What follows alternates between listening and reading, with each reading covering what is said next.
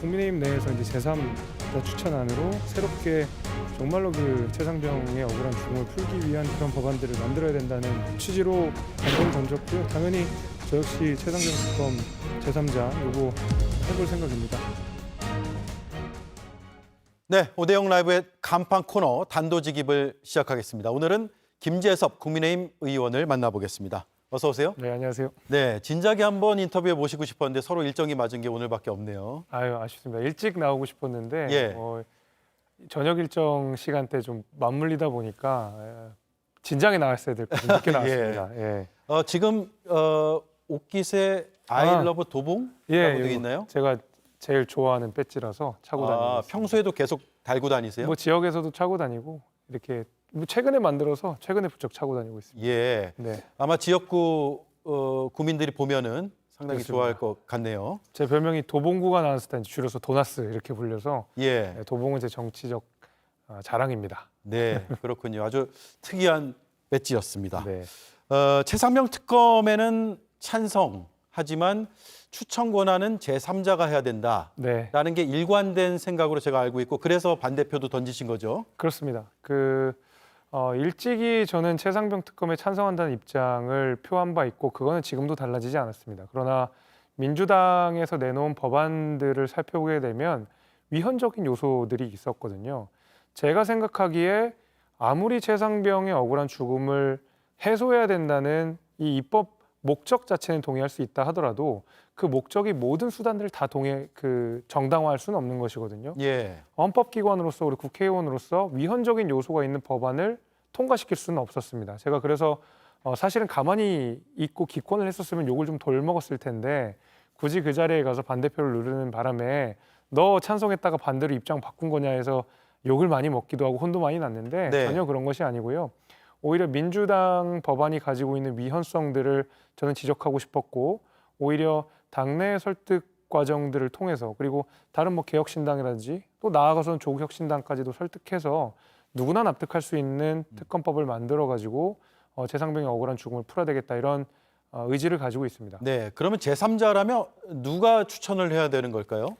지금 나와 있는 안으로는 천하람 의원이 내놓은 이 대한변협 추천하는 방식이 하나가 있을 수 있고요. 네. 그다음에 한동훈 후보가 내놓은 대법원장 추천안이 있을 수 있는데 무엇이든 저는 좋다고 생각합니다. 공신력 있고 국민들께서 납득할 수 있는 그런 사람 또는 그런 기관이라면 저는 그 누구도 괜찮다. 어쨌든 이 법안이 통과되도록 일을 만들게끔, 일이 되게끔 하는 것이 중요하다 이런 생각하고 있습니다. 네. 그런 안들을 놓고 다른 당하고 지금 당 지도부가 협의를 하고 있나요? 혹시 아는 거 있으세요? 지도부가 협의를 하는지는 모르겠고요. 저는 실제로 천하람 의원과 민주당 모 의원과도 이야기를 한 바가 있습니다. 그래서 네. 과연 국회에서 누구나가 납득할 수 있는 제3자는 누구인가라는 주제를 가지고 토론도 실제로 했었거든요. 뭐 비공개 토론이긴 했지만. 사석에서요. 예. 근데 이 정치권이 어떤 정부 기관에 대한 불신들이 너무 심하다 보니까 한쪽은 검찰을 못 믿고 한쪽은 공수처를 못 믿고 막 어떤 정부 기관에 대한 불신들이 너무 커지다 보니까 과연 그러면 어떤 기관이 제3자 추천을 했을 때 가장 신뢰할 수 있느냐. 그래서 저희가 네. 공공기관 신뢰도까지 인터넷으로 검색하면서 뭐 금융기관이 신뢰도가 1위네, 소방서가 1위네 이런 얘기까지 해가면서 고민을 많이 했었던 적이 있습니다. 예. 자, 그러면 한동훈 후보하고는 얘기를 해보신 적 있으세요? 이 특검 추천 권한을 놓고요? 뭐 공교롭게 입장이 비슷해지긴 했지만 뭐 이에 대해서 사전 논의를 했던 것은 전혀 아니었습니다. 왜냐하면 앞서서 앵커께서도 말씀해주신 대로 저는 이 최상병 특검을 찬성해야 된다는 입장을 일관되게 고수하는 상황이고요. 그 이후에 한동훈 위원장 역시도 제3자 특검안으로 해보면 어떻겠냐는 제안을 하셨기 때문에 공교롭게 입장이 같았던 것이지 이에 대해서 어떤 교감이 있었거나 예. 입장을 같이 하거나 하는 상황은 아니었습니다. 네. 왜냐하면 그 입장을 낸 시점도 두 정치인이 거의 비슷한 시점이었던 걸로 제가 알고 있어서요. 네, 그렇습니다. 그 전에 제가 이 이야기를 한 바가 있고 한동훈 위원장이 이 메시지를 공개적으로 냈을 때 그러면은 여기에 대해서는 한동훈 위원장의 메시지가 마중물이 되니까 나도 그러면 우리 당에서도 이런 여론들이 일어나면 좋겠다라는 마음가짐으로 네. 그 메시지를 비슷한 시기에 또 한 번 낸 거거든요, 제가. 그러면 이 보수 진영 내에서도 국민의힘 진영 내에서도 특검법과 관련된 전향적인 태도를 보이는 사람들이 있다라는 인상을 국민들께 드리고 싶어서 저도 시기적으로 비슷하게 메시지를 한 번 더 낸 거는 네. 있습니다. 자, 특검 추천 권한을 수정해서 특검법을 통과시킬 필요가 있다라고 생각하는 국민의힘 의원들은 어느 정도 있을까요? 뭐 아직까지는 엄청 많은 것 같지는 않습니다. 그러나 제가 만나본 의원들 가운데서는 실제로 최상병 특검을 무조건 민주당처럼 통과시키고 한쪽에선 반대하고 거부권을 행사하고 재의결을 하고 재표결을 하고 또다시 통과시키고 이 국면을 언제까지 우리가 해야 되느냐. 이 네. 국면은 끝까지 이어질 수 없는 국면이다라는 문제의식에는 동의하고 있고요. 국민의힘 일각에서도 최상병 특검에 대해서 우리가 전향적으로 입장을 보이고 이 문제를 우리가 털고 가야 된다는 필요성을 가지고 있는 것이 사실은 지금 국회가 시작한 지 한 달이 넘었지만 민생에 대한 이야기는 온데간데 없이 사라져 버렸습니다. 이 최상병 특검과 관련된 정쟁이 극단화되고 있는 상황이기 때문에 정작 국회가 해야 되는 일들이 방치되고 있다라는 여당으로서의 책임감을 느끼시는 분들도 굉장히 많이 계시기 때문에요. 네. 저는 국민의힘 내부에서도 또 이 최상병 특검 관련된 전향적인 태도를 보이고 제3자 추천안으로 뜻을 모으겠다는 의원들 분명히 계실 거라고 봅니다. 몇 명쯤 될까요? 아직 뭐 수를 헤아려 보진 않았습니다. 8명은 넘을까요? 뭐 최소 5명은 넘을 거라고 봅니다. 최소 5명이요? 네, 그렇습니다. 적극적인 설득이나 공감대가 형성이 되면 8명 넘을까요? 합리적인 아니고 이 문제에 대해서 진정성을 가지고 있는 의원들은 굉장히 많이 계시기 때문에 제3자 추천안 그리고 공정한 특검이라고 한다 그러면 저는 꽤 많은 의원님들께서도 동의를 해주실 거라고 생각합니다. 그렇게만 합의가 되면 본회의 통과가 가능할 수 있겠네요. 그렇겠죠. 왜냐하면 국민의힘 내부에서 동의가 되면 얼마든지 통과가 가능할 거라고 저는 보고 있습니다. 네, 찬성표를 던진 안철수 의원에 대해서 당에서 윤리위에 징계안이 접수가 됐습니다. 징계가 필요하다고 보세요? 글쎄요, 안철수 의원이 비판받아야 되는 소지가 당내에서는 있다고 하더라도 이게 윤리위 징계까지 갈 문제인지는 사실은 잘 모르겠습니다. 그러니까 저희는 국민의힘 소속의 국회의원이기도 하지만 한 사람 한 사람이 자신의 의지와 자신의 정치적 소신을 관철하는 헌법기관으로서 자신의 표결에 대해서 윤리 징계까지 갈 사안은 아닌 것 같고 정치적인 행동에 대해서는 정치적인 책임을 본인 스스로가 지게 되는 것이기 때문에 네. 저는 국민들께서 판단해 주실 거라고 생각합니다. 네. 그러면 이제 앞으로 준비될 수 있는 그 수정안, 그러니까 특검법 수정안이죠. 네. 그 수정안에 최근에 보도로 논란이 된 네. 이종호 씨 녹취 내용, 이른바 VIP 녹취죠. 포함될까요?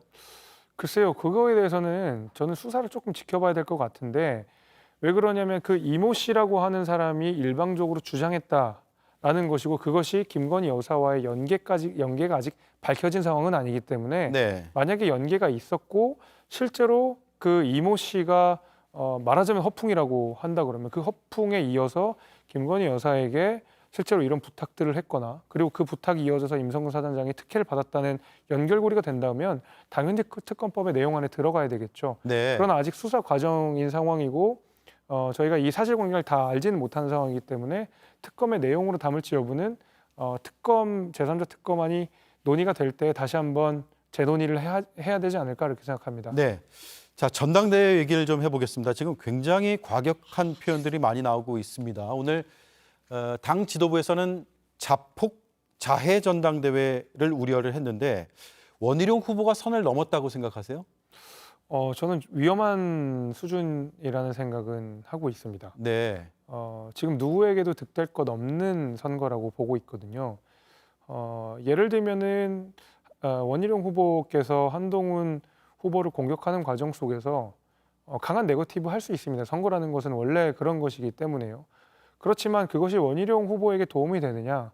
오늘 나온 여론조사들을 보게 되면 사실 한동훈 후보의 지지율이 조금 올랐다라는 여론조사도 좀 있는 상황이거든요. 네. 그렇다 그러면 지금 한동훈 후보의 지지율도 올려주고 당 전체의 이미지도 나빠지는 상황이고 선거 이후에도 과연 당이 잘 결합할 수 있을까라는 의문을 남는 선거라고 한다 그러면 굉장히 위험한 선거인 상황인 건 맞다고 저는 생각합니다. 네.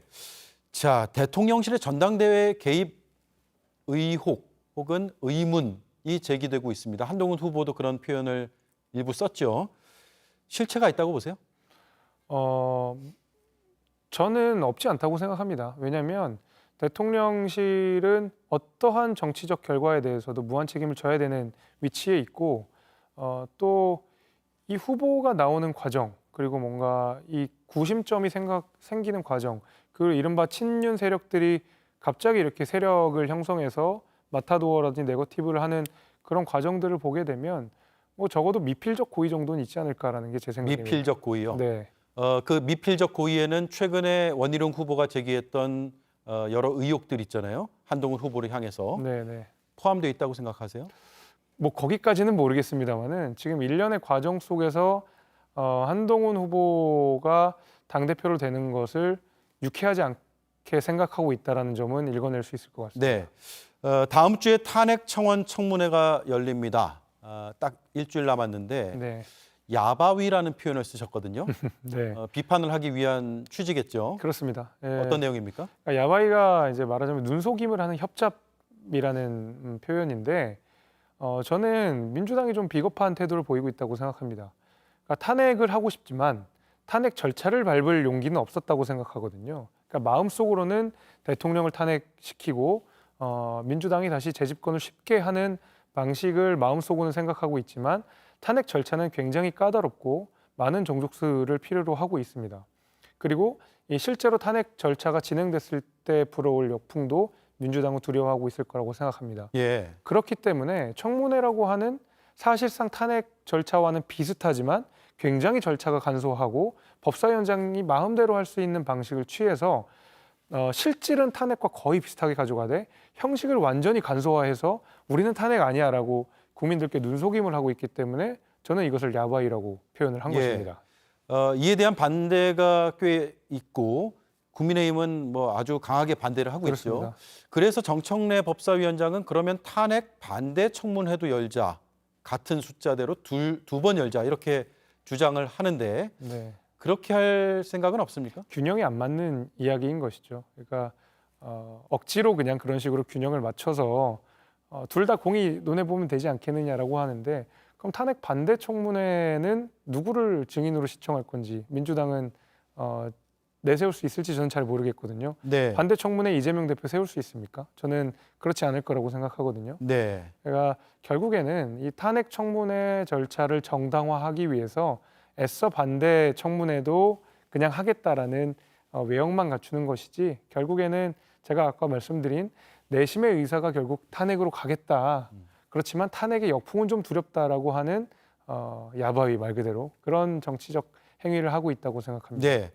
추경호 원내대표가 그제 김여정의 하명이라는 표현까지 썼거든요. 탄핵 청원 청문회를 여는 것에 대해서요.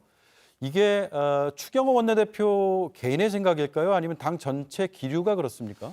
글쎄요, 전 이재명 대표의 하명이라고 하면 좀 이해가 되는데 네. 김여정의 하명은 좀 멀리 간 얘기인 것 같긴 합니다. 예. 네, 그래서 뭐, 왜냐하면 그 얘기를 들으면 140명의 국민들이 굉장히 불쾌할 것 같아요. 뭐 그럴 수도 있죠. 그래서 좀 극단적인 표현이 됐고, 예를 들면 지금 이 탄핵 절차에 대해서, 탄핵 청문회에 대해서 그 배후에 이재명 대표가 있다라는 것을 의심할 이 국민의힘 진영의 지지자들은 없을 거라고 생각하고, 네. 민주당을 지지하시는 분들 역시도 그 배후에 이재명 대표가 있다는 걸 부인하기는 어려울 겁니다. 그러니까 그 정도의 표현이라고 그러면 정치적인 수사로서 뭐 공격을 했다 이렇게 볼 수 있겠지만은 김여정은 좀 너무 멀리 가신 표현인 것 같습니다. 네, 좀 과했다. 예, 예. 전당대회 이후에 국민의힘이 상당히 주목이 됩니다. 지금 워낙 치열하게 싸우고 있어서 네, 전대 이후에도 이 갈등이 극복이 안 될 거라는 얘기도 나오고 있는데 어쨌든 한동훈 후보가 지금 뭐 어대안이다라고 해서 여론조사에서도 잘 나오고 있고 그래서 이대로 이 추세를 굳혀간다면 당대표가 될 텐데 그 다음은 당이 어떻게 될까요? 긍정적인 면이라고 한다 그러면 적어도 총선까지 저희가 가장 많이 비판을 받았던 당정 관계의 문제만큼은 재확립될 거라고 봅니다. 지금도 보게 되면 사실 대통령실과 한동훈 후보 간의 대립 구도가 지금 서 있는 것이 사실이고 네. 그렇다 그러면 그 전까지 국민의힘이 보여보지 못했던 사실상 대통령실과 여당이 한 몸으로 이루어지면서 대통령실에 대한 적절한 견제 내지는 균형 역할을 못했다라는 비판에 대해서는 그래도 한동훈 체제에서는 그 점은 극복할 수 있지 않을까 이렇게 생각합니다. 네. 대통령과 각을 더 세우는 국민의힘이 될까요? 지금보다는 그 직전까지보다는 세울 거라고 봅니다. 그 직전까지는 거의 각이라는 게 없었었죠. 네, 그러면 사안별로 혹은 전체적으로 각을 세울까요? 어떻게 보십니까? 사안별로 세우겠죠. 한동훈 후보도 후보 토론회에서도 수차례 이야기를 했지만 본인의 정치적 목적은 당연히 윤석열 대통령, 그다음에 윤석열 정부의 성공이라고 여러 번 천명한 바가 있습니다. 그리고 윤석열 정부가 성공하지 못한다 그러면 국민의힘의 운명도 뻔한 것이거든요. 한동훈 후보의 정치적 운명도 뻔한 것이거든요. 저는 사활을 걸고 아마 윤석열 정부의 성공을 위해 노력할 거라고 보고 그 가운데서 불가피한 마찰은 있겠지만 그렇다고 해서 전면적으로 각을 세워서 우리는 대통령실과 완전히 다른 새로운 정당이 된다라고 하는 것은 야당이면 그럴지 몰라도 대통령이 완전히 빠져버린 여당은 굉장히 초라하고 창백할 거라고 생각합니다. 예, 알겠습니다. 오늘 인터뷰 여기까지 하고요. I love 도봉 배지가 인상이 깊었습니다. 보통 이제 국회의원들은 국회의원 배지를 다는데 네, 좀 새롭게 느껴졌습니다. 고맙습니다. 감사합니다. 네, 지금까지 김재섭 국민의힘 의원이었습니다.